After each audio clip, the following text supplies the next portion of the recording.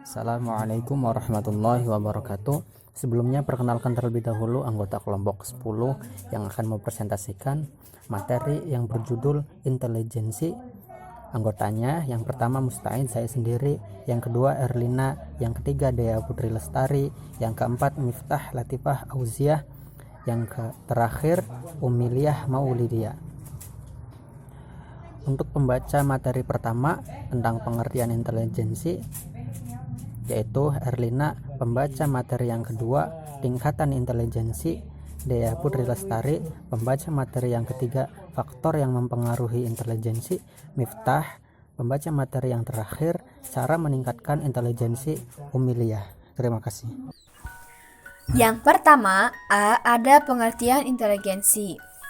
Secara umum, inteligensi didefinisikan dengan kemampuan kapasitas untuk logika, kecerdasan, pemahaman, kesadaran diri, pembelajaran, pengetahuan emosional, penalaran, perencanaan, kreativitas, pemikiran kritis, dan pemecahan masalah. Kemampuan inteligensi bersifat potensial dan merupakan kecakapan umum. Kecakapan ini dapat terwujud menjadi kecakapan nyata karena bantuan lingkungan.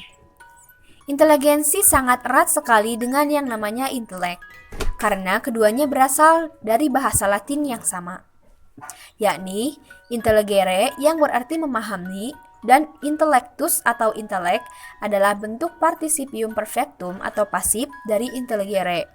Sedangkan intelligens atau inteligensi adalah bentuk participium present atau aktif dari kata yang sama.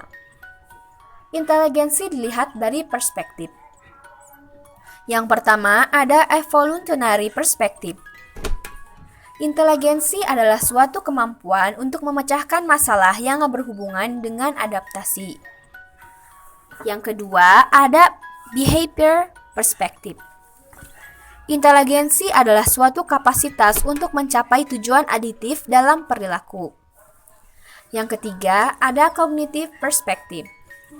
Inteligensi adalah suatu proses nalar yang diterapkan untuk memecahkan masalah atau tujuan. B. Tingkatan inteligensi.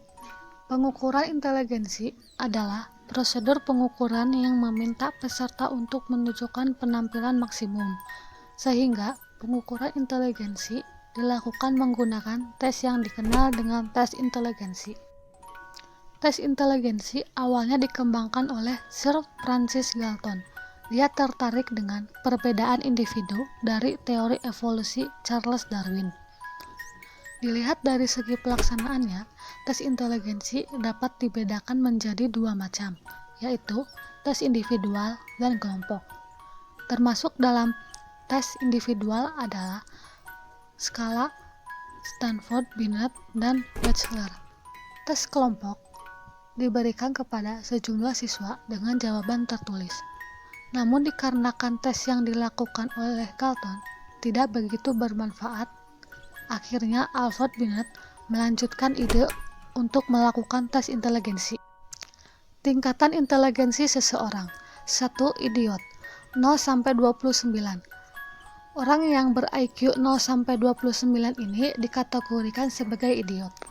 Idiot adalah orang dengan tingkatan kecerdasan otak yang paling rendah. Mereka yang ada di kategori ini tidak mampu berkomunikasi dan jika bisa hanya mampu mengucapkan sedikit kata-kata saja. B. Imbecile 30-40. Tingkatan kedua dari yang terendah adalah kategori imbecile.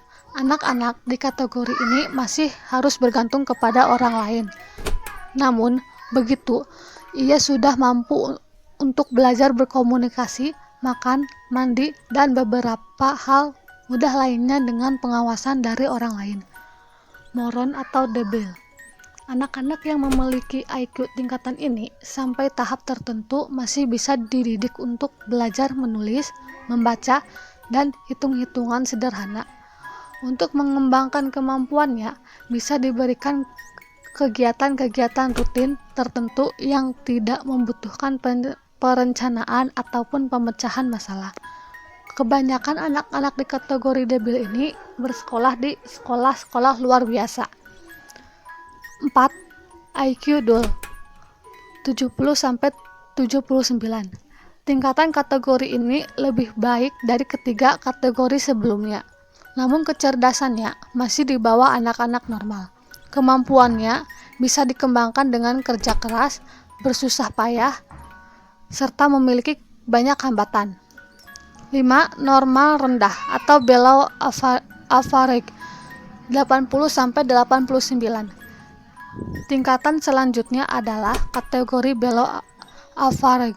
Anak-anak di kategori ini sudah bisa disebut kelompok anak-anak normal, namun tingkatannya berbeda di tingkatan terendah. 6. Normal sedang 90-109. Kategori normal sedang ini adalah kategori anak-anak normal. Kebanyakan anak-anak berada di tingkatan ini. Pendidikan formal pun bisa diikutinya, namun akan sering menemukan kesulitan. 7. Normal tinggi 110-119. Kategori selanjutnya adalah normal tinggi. Kategori normal tinggi ini adalah kelompok orang-orang dengan kemampuan normal, tetapi kemampuannya berada di tingkatan yang tertinggi. 8. Cerdas superior 120-129. Jika dilihat dari kemampuan otaknya, kategori ini adalah kategori individu yang sangat berpotensi berhasil dalam pendidikan formalnya. Mereka sering berada di kelas-kelas umum dan memiliki nilai-nilai yang tertinggi. 9. Sangat cerdas atau very superior. IQ-nya 130-139. Kategori very superior ini memiliki kemampuan yang lebih baik dalam hal menulis, membaca, mudah memahami ilmu-ilmu eksak dengan mudah, bijak mengatur keuangan, dan cepat memahami sesuatu. Rata-rata anak yang berada di kategori very superior ini umumnya menonjol dalam faktor kesehatan, ketangkasan, dan kekuatan. 10. Jenius 140+. Kategori terakhir adalah jenius. Orang-orang yang berada di kategori memiliki kemampuan yang sangat luar biasa. Mereka seringkali memiliki keahlian untuk menyelesaikan suatu permasalahan dan mampu menemukan hal-hal baru walaupun tidak mengikuti pendidikan formal. Contoh orang yang berada di kategori jenius ini adalah Albert Einstein. Faktor yang mempengaruhi intelijensi. Ada beberapa faktor yang mempengaruhi kualitas intelijensi seseorang, yakni yang pertama yaitu faktor dari luar. A. Faktor bawaan keturunan. Penelitian membuktikan bahwa korelasi nilai tes IQ dari satu keluarga sekitar 0,50. Sedangkan di antara dua anak kembar, korelasi nilai tes IQ-nya sangat tinggi sekitar 0,90. B. Faktor lingkungan. Selain gizi, rangsangan-rangsangan yang bersifat kognitif emosional dari lingkungan juga memegang peranan yang amat penting. 2. Faktor dari dalam.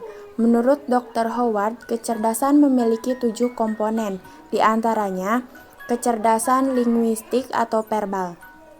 Kecerdasan ini mengacu pada pemikiran yang jelas dan mampu menggunakan kemampuan ini secara kompeten melalui kata-kata untuk mengungkapkan pikiran-pikiran ini di dalam berbicara, membaca, dan menulis. Kecerdasan linguistik verbal antara lain 1. Meningkatkan kemampuan membaca, 2. Meningkatkan kemampuan menulis, 3. Meningkatkan pembawaan diri dan keterampilan linguistik umum, 4. Meningkatkan keterampilan mendengarkan. Kegiatan untuk meningkatkan kecerdasan verbal, yang pertama, memberi kesempatan bercakap, yang kedua, meningkatkan inat baca, yang ketiga, mendengarkan musik, dan yang keempat, bermain permainan kata. Kecerdasan matematis logis. Kecerdasan matematis logis adalah kemampuan untuk menangani bilangan dan perhitungan, pola pemikiran logis dan ilmiah. Hubungan antara matematika dan logika adalah bahwa mereka secara ketat mengikuti hukum dasar. Seseorang yang cerdas secara matematis sering tertarik dengan bilangan dan pola. Selain itu, orang yang terampil dalam matematika cepat memahami konsep waktu, menjelaskan konsep secara logis, atau menyimpulkan informasi menggunakan matematika. Materi selanjutnya yaitu cara meningkatkan intelijensi. Menurut Dr. Bernard Delvin, faktor genetik hanya sekitar 48%, sisanya dari faktor lingkungan yang sangat berpengaruh untuk meningkatkan intelijensi anak. Yang pertama, dengan cara mengkonsumsi makanan yang bergizi dan asuhan yang baik. Yang kedua, menjaga kesehatan dan menghindari racun dari tubuh saat mengandung. Yang ketiga, lingkungan psikologis yang baik dan mendukung perkembangan anak. Yang keempat, melalui cara bermain game yang bermanfaat. Menurut pakar psikologi, permainan merupakan salah satu metode yang baik digunakan untuk belajar. Yang kelima, dengan membaca buku. Selain genetika pendidikan adalah faktor terbesar yang memberi kontribusi pada IQ, membaca buku juga dapat meningkatkan kecerdasan intelektual manusia itu sendiri. Dengan membaca, manusia dapat menyerap informasi tentang berbagai hal yang belum diketahui, dan melalui penyerapan informasi tersebut, sel-sel otak manusia bekerja untuk membangun konektivitas. Dan yang terakhir, dengan istirahat yang cukup. Sebuah studi mengatakan, jikalau tidur dapat mempertajam memori otak manusia, karena ketika manusia sedang tidur, otak akan membuat neuron baru yang baik untuk fungsi otak, dan kurang tidur justru merusak syaraf dan fungsi otak manusia itu sendiri. Terima kasih.